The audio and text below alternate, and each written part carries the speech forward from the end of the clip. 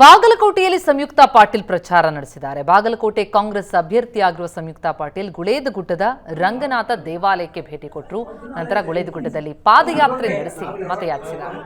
ಬಾಗಲಕೋಟೆ ಅಭಿವೃದ್ಧಿಗಾಗಿ ನನಗೊಂದು ಅವಕಾಶ ಕೊಡಿ, ನಿಮ್ಮೆಲ್ಲರ ಧ್ವನಿಯಾಗಿ ಸಂಸತ್ತಿನಲ್ಲಿ ಮಾತನಾಡುವೆ ಅಂತ ಚುನಾವಣಾ ಪ್ರಚಾರದಲ್ಲಿ ಅಭ್ಯರ್ಥಿ ಸಂಯುಕ್ತ ಪಾಟೀಲ್ ಭಾಷಣ ಮಾಡಿದ್ದಾರೆ. ಸಂಯುಕ್ತ ಪಾಟೀಲ್ಗೆ ಶಾಸಕರಾದ ಭೀಮಸೇನ್ ಚಿಮ್ಮನಕಟ್ಟಿ, ಬ್ಲಾಕ್ ಅಧ್ಯಕ್ಷ ಸಂಜು ಬರ್ಗುಂಡಿ, ಪ್ರಕಾಶ್ ಮೇಟಿ ಮತ್ತು ರಾಜು ಜವಳಿ ಸಾಥ್ ಕೊಟ್ಟರು.